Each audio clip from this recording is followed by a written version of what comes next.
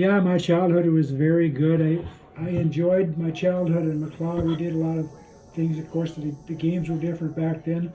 We'd play with stick ponies and stuff. We had bicycles, and I had two brothers and a sister, and we had our own thing, and we didn't travel around much. We stayed close to home.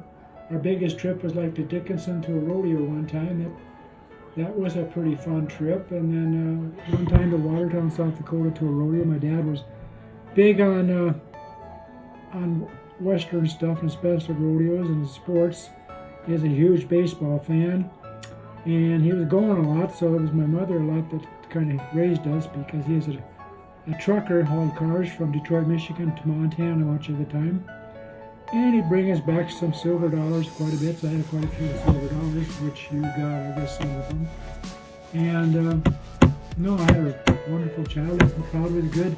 Go up what we call uptown, and go up to the grocery store, and it was kind of, to me, it was huge. We had a big hardware store up there. And all the people of the town were good to me.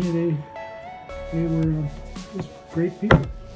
I did work when I was in grade school. As about a 7 or 8-year-old, I helped my uncle go out hay out by Delamere, and I'd rake the hay with a side delivery rake, and he would bale it, and somebody else, and old Andrew Johnson, would mow it.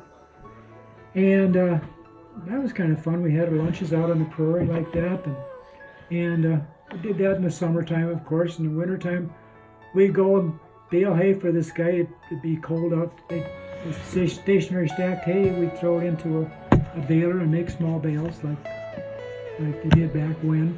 Then they'd haul it out, take it up to the Centers up in, and that's the name, George Centers, and that up at Castleton. And we had our jobs at home. We had chickens, so we had a chicken coop out back. We had to feed the chickens, and we had to be careful so the water wouldn't freeze and all, and pick the eggs before they froze. And I used to play some games with those chickens. Although I played chicken with the chickens, I'd pretend to shoot them in the butt, and they'd bounce up, and the trouble is every once in a while I'd shoot them in the neck and kill them. My mother really didn't like that at all.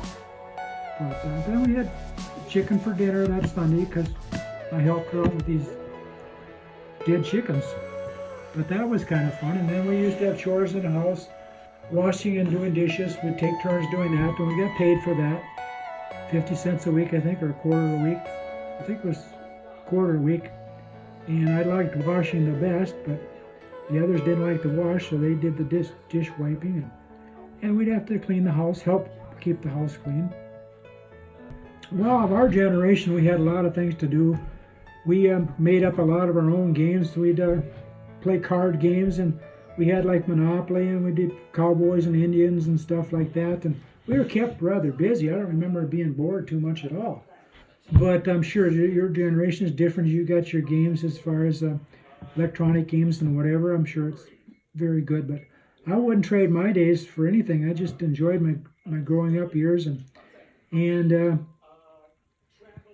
we wouldn't travel very far, as I said. The furthest we probably ever got out of McLeod was to Lisbon, sometimes to Wyndmere, and maybe Milner. We got to go to a movie maybe a couple times a year. That was about all before we had the TV. Once we got the TV, we didn't get to go to too many movies.